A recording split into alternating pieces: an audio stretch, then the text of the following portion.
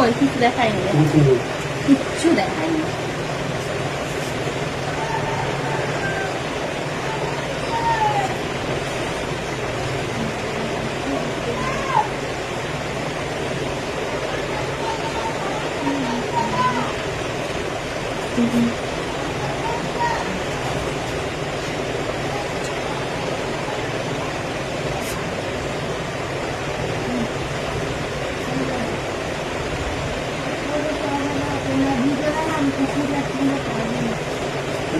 আবার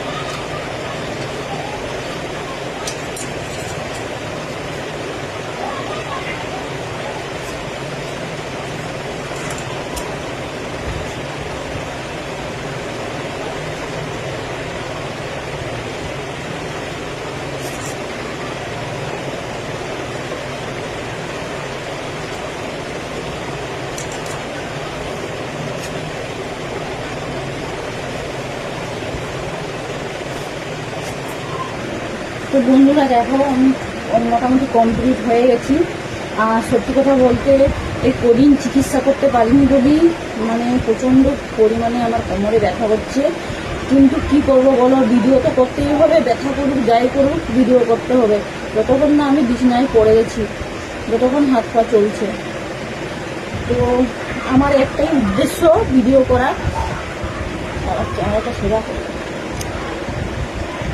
ভিডিও করা আমার একটাই উদ্দেশ্য যে আমার চিকিৎসা চালাবার জন্য খরচা, ঠিক আছে? এই চিকিৎসা চালাবার জন্য আমি ভিডিওটা বানাচ্ছি। আমি কিন্তু শখে মানে শখ করে ভিডিও বানাচ্ছি না, দায়ে পড়ে ভিডিও বানাচ্ছি। তো আজকে সোজাভাবে দাঁড়াতেও পারছি না, মানে এতটা পরিমাণে ব্যথা হচ্ছে। আর সত্যি কথা বলতে ওই ছুঁচগুলো ফুটিয়ে ফুটিয়ে পুরো পিঠটা আমার টানা হয়ে গেছে, দাগ হয়ে গেছে, তোমরা দেখতেই পাচ্ছ, স্পট পড়ে গেছে।